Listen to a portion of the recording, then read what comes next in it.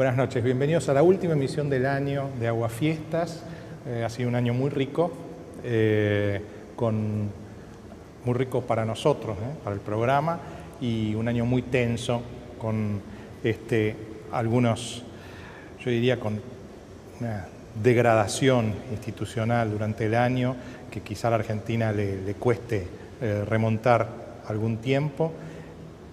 Pero bueno, desde este lugar intentamos aportar lo que podemos para revertir esta situación.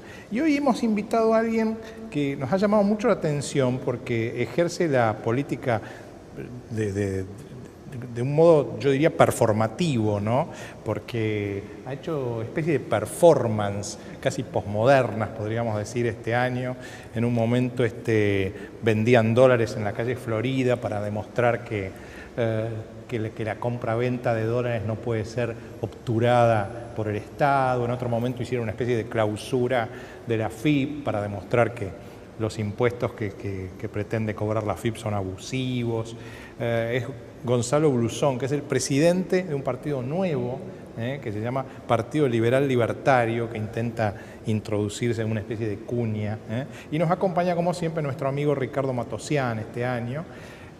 Vamos a charlar un poco porque parece muy interesante esta idea de la aparición de un partido liberal distinto, ¿no?, a lo que en la Argentina se consideró tradicionalmente el liberalismo, porque en la Argentina el liberalismo se lo asoció a ciertos personeros de los golpes militares, a Martínez de Oz, e incluso mucho la gente lo asocia a Menem. Entonces vamos a tratar de charlar con Gonzalo a ver qué es esto, hacia dónde apunta. Vamos a los auspicios y enseguida al curso del programa.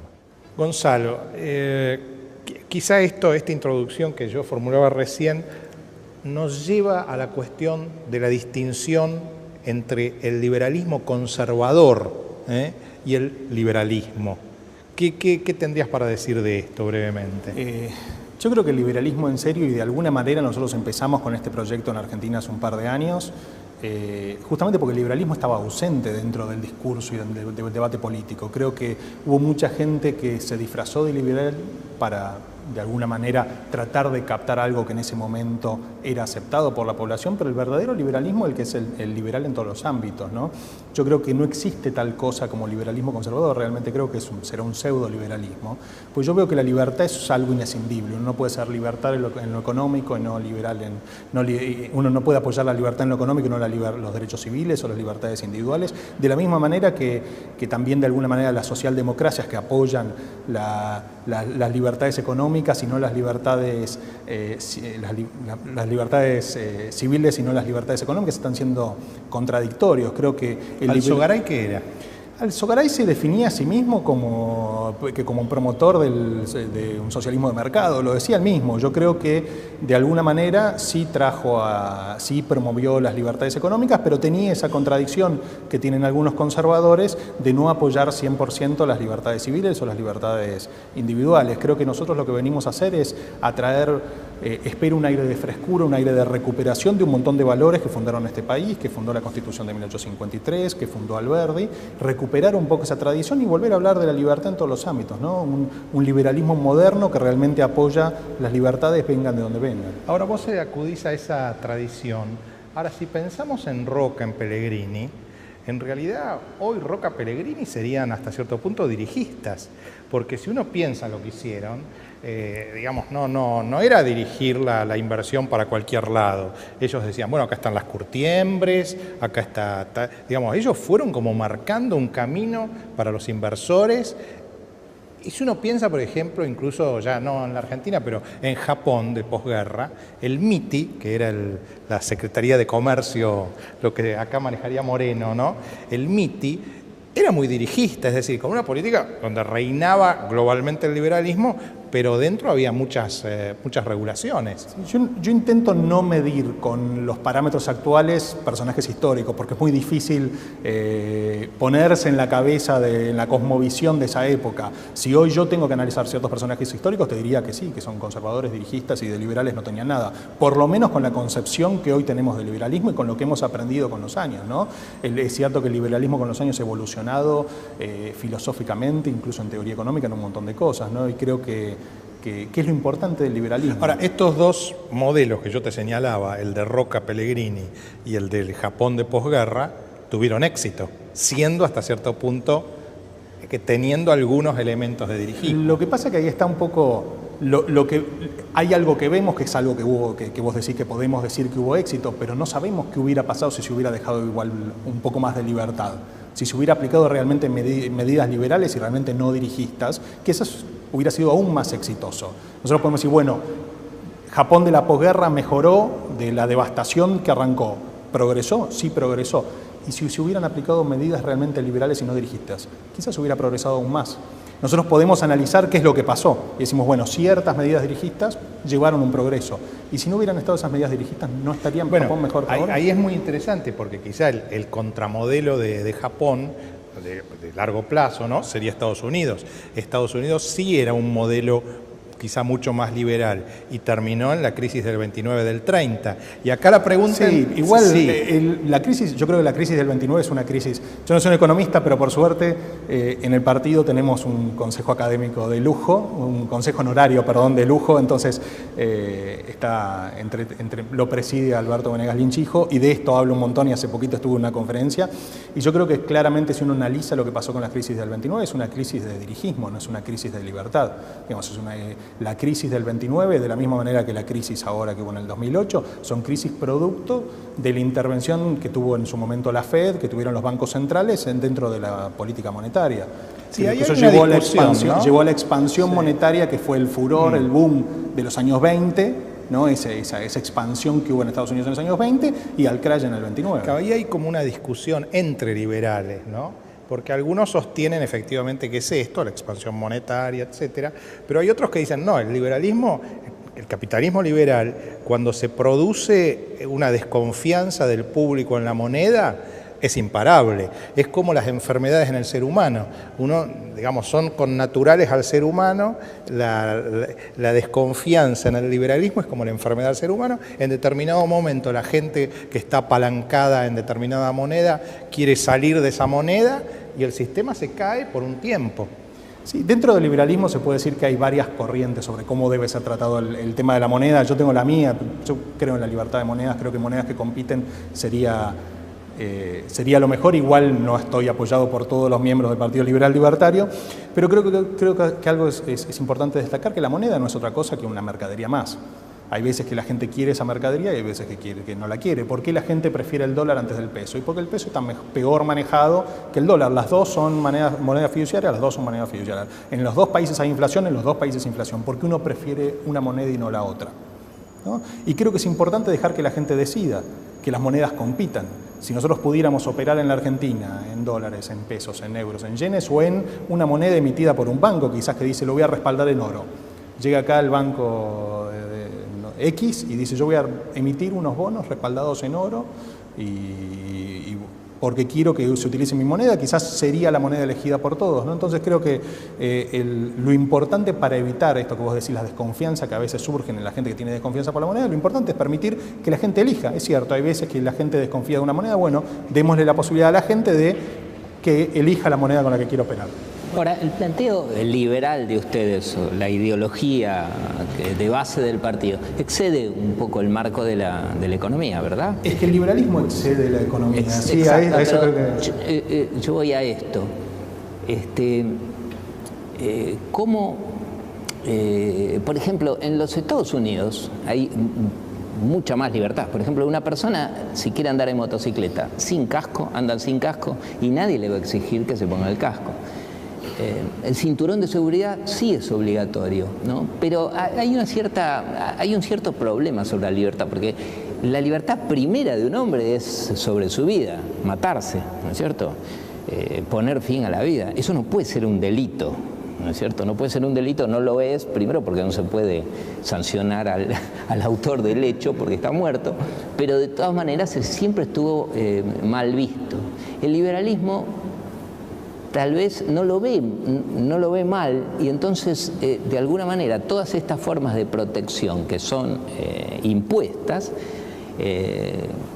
las ve mal. ¿Ustedes piensan de esa manera?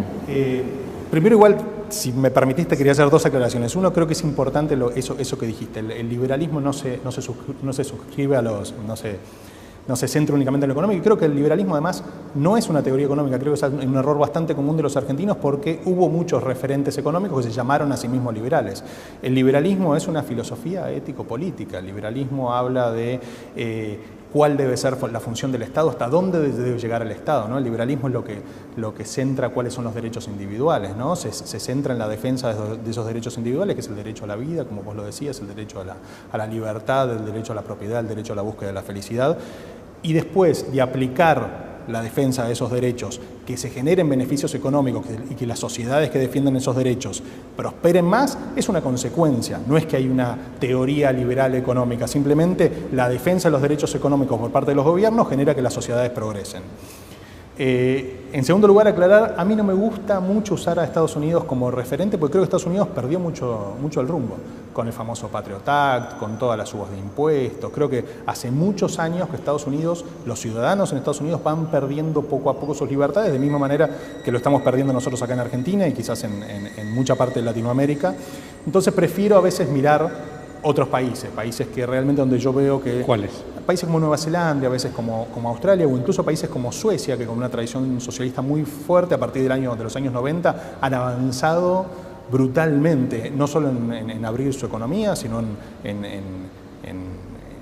avanzar, en otorgar más libertad, en no restringir tanto las libertades de los ciudadanos en Suecia.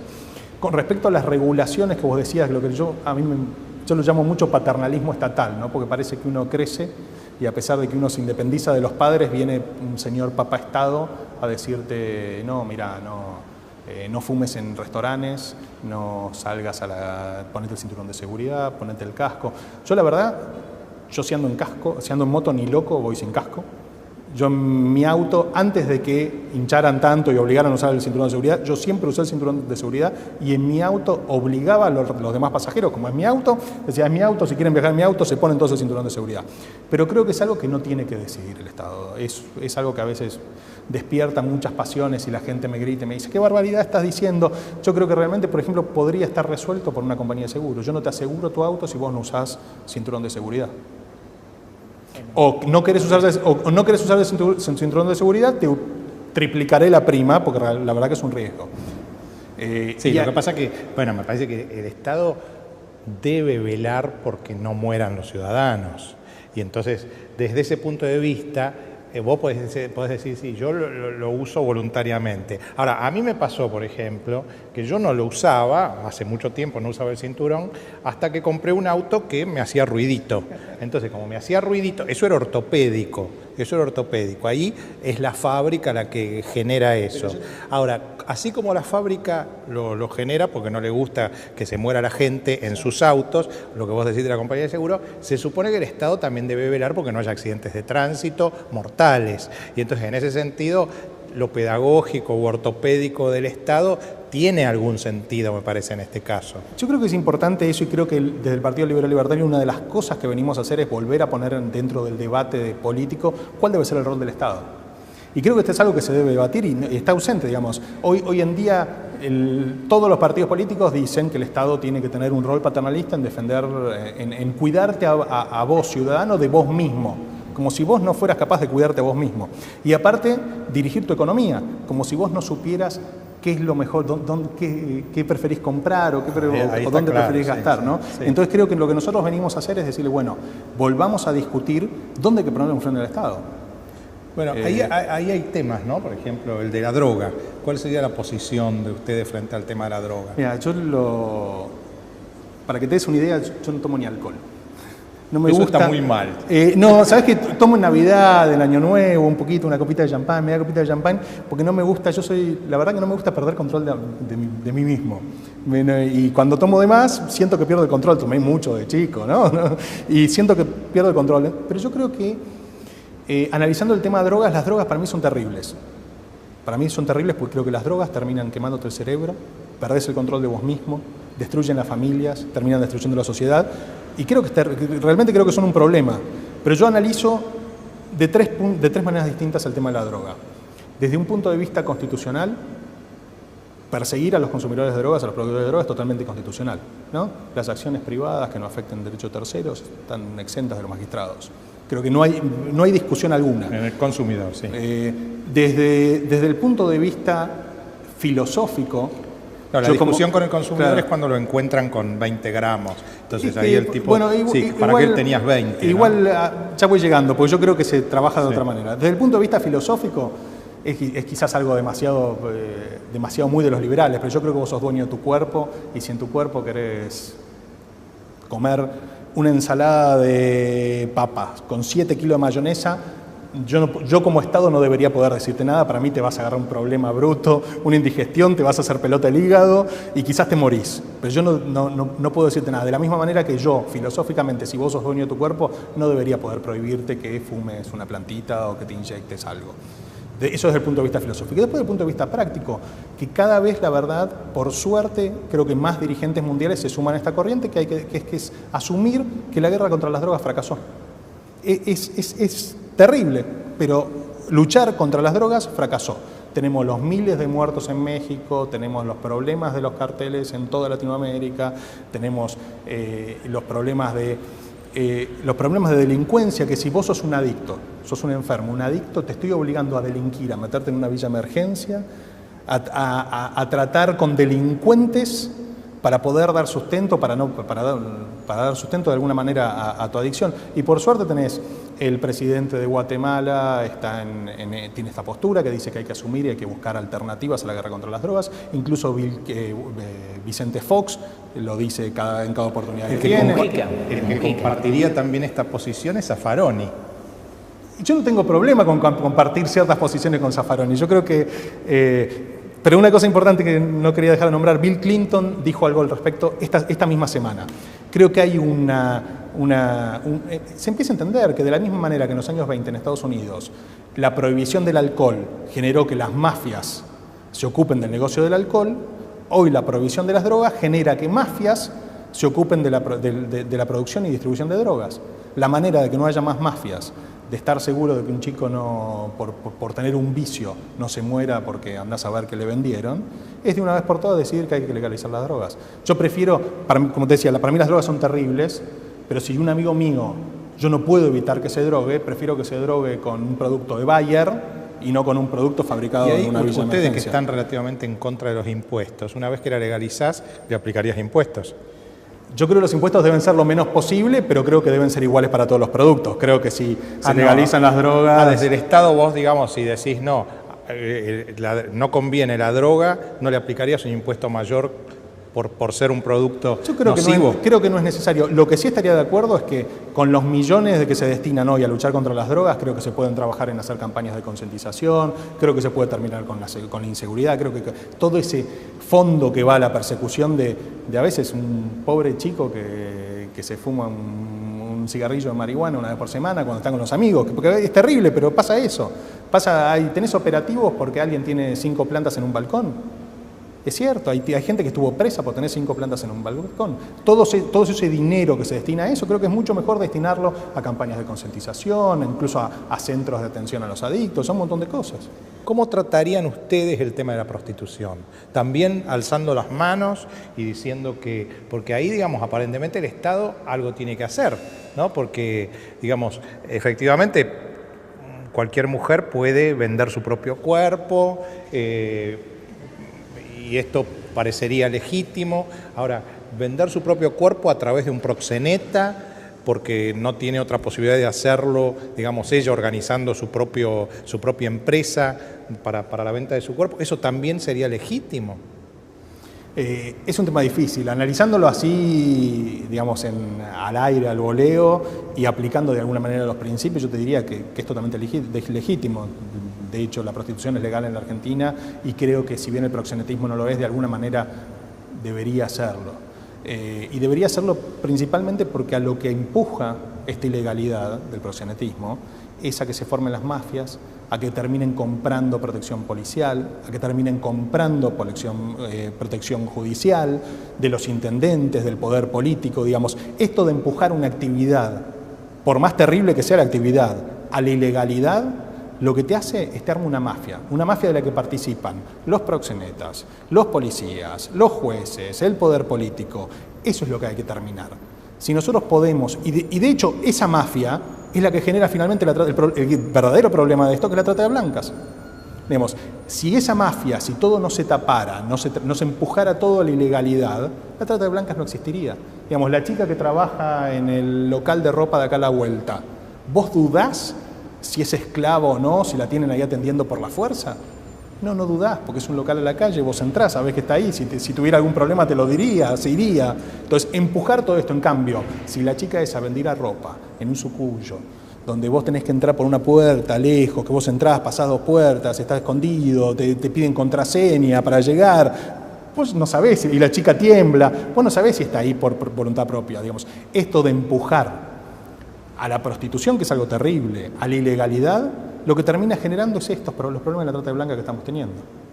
Entonces, yo desde una cuestión, igual que con las drogas, llego casi a las mismas conclusiones desde una postura filosófica de aplicar los principios del liberalismo como una cuestión práctica.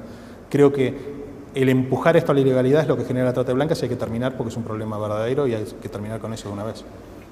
Ya que mencionas la palabra filosófico, ¿quién sería el referente filosófico? ¿Robert Nozick? ¿Karl Popper? ¿Quién sería el referente filosófico que ustedes tienen, moderno, contemporáneo, digamos? Porque a la larga será Adam Smith, David Hume, o John Locke, pero digamos, de los últimos tiempos, Robert Nozick.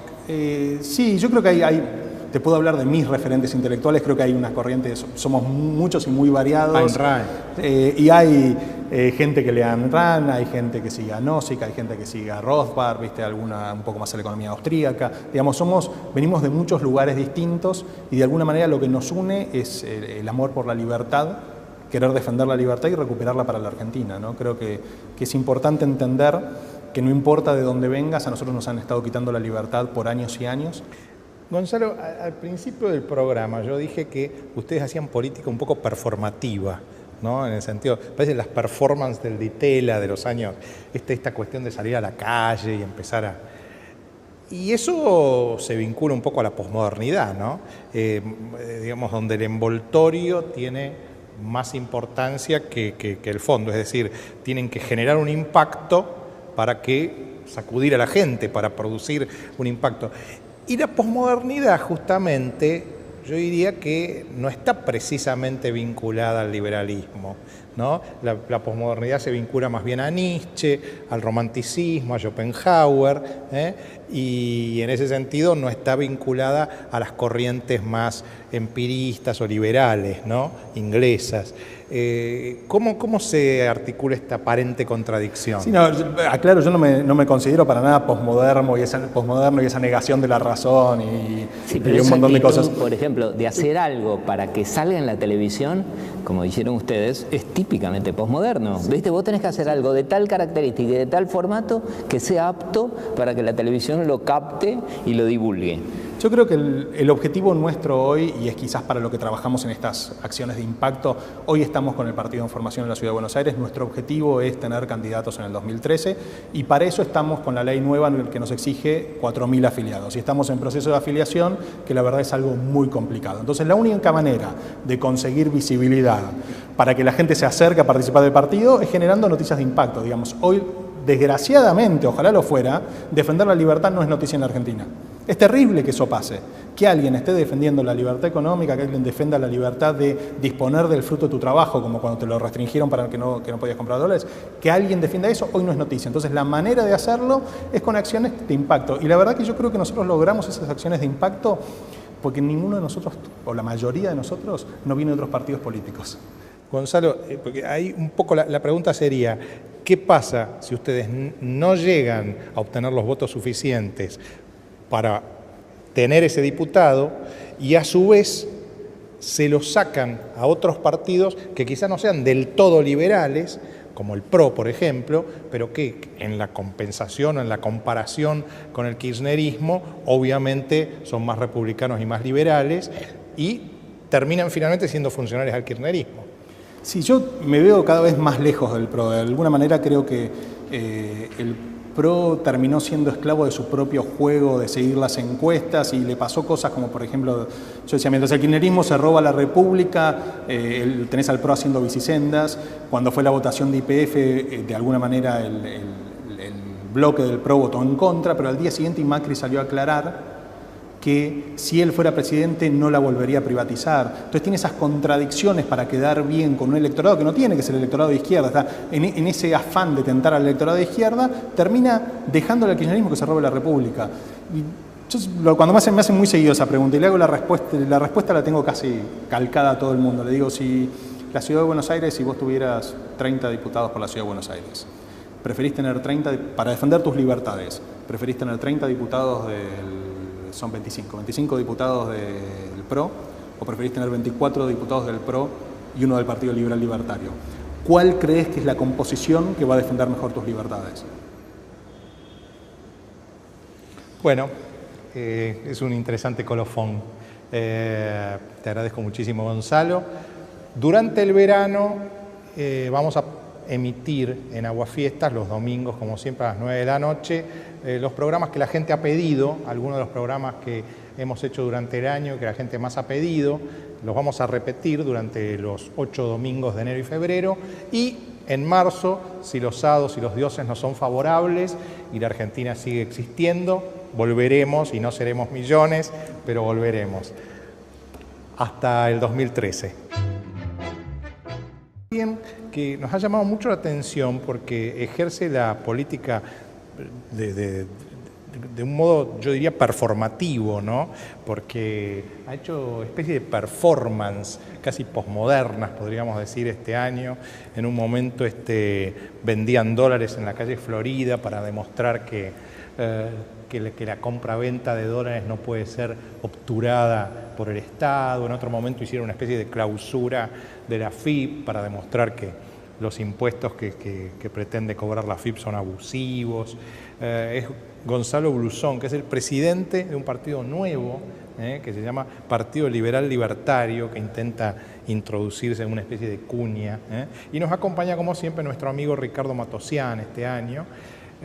Vamos a charlar un poco porque parece muy interesante. De manera sí sí promovió las libertades económicas, pero tenía esa contradicción que tienen algunos conservadores de no apoyar 100% las libertades civiles o las libertades individuales. Creo que nosotros lo que venimos a hacer es atraer, espero, un aire de frescura, un aire de recuperación de un montón de valores que fundaron este país, que fundó la Constitución de 1853, que fundó Alberdi, recuperar un poco esa tradición y volver a hablar de la libertad en todos los ámbitos, ¿no? Un liberalismo moderno que realmente apoya las libertades, vengan de donde vengan. Ahora vos acudís a esa tradición. Ahora, si pensamos en Roca, en Pellegrini, en realidad hoy Roca, Pellegrini serían hasta cierto punto dirigistas, porque si uno piensa lo que hicieron, digamos, no era dirigir la inversión para cualquier lado. Ellos decían, bueno, acá están las curtiembres, acá está, digamos, ellos fueron como marcando un camino para los inversores. Dentro del discurso y del debate político, creo que hubo mucha gente que se disfrazó de liberal para, de alguna manera, tratar de captar algo que en ese momento era aceptado por la población, pero el verdadero liberalismo es el que es el liberal en todos los ámbitos, ¿no? Yo creo que no existe tal cosa como liberalismo conservador, realmente creo que será un pseudo-liberalismo, pues yo veo que la libertad es algo inescindible. Uno no puede ser libertario en lo económico y no liberal uno no puede apoyar la libertad en lo económico y no los derechos civiles o las libertades individuales, de la misma manera que también de alguna manera las socialdemocracias que apoyan las libertades económicas y no las libertades, las libertades civiles y no las libertades económicas están siendo contradictorios. Creo que ¿Alzogaray qué era? Alzogaray se definía a sí mismo como un promotor de un socialismo de mercado, lo decía él mismo. Yo creo que de alguna manera esta idea de la aparición de un partido liberal distinto, ¿no?, a lo que en la Argentina se consideró tradicionalmente el liberalismo, porque en la Argentina el liberalismo se lo asoció a ciertos personeros de los golpes militares, a Martínez de Oz, e incluso mucho la gente lo asocia a Menem. Entonces vamos a tratar de charlar con Gonzalo a ver qué es esto, hacia dónde apunta. Vamos a los auspicios y enseguida al curso del programa. Gonzalo, quizá esta introducción que yo formulaba recién nos lleva a la cuestión de la distinción entre el liberalismo conservador y el liberalismo. ¿Qué tendrías para decir de esto brevemente? Yo creo que el liberalismo en serio, y de alguna manera nosotros empezamos con este proyecto en Argentina hace un par de años, justamente porque el liberalismo estaba ausente dentro.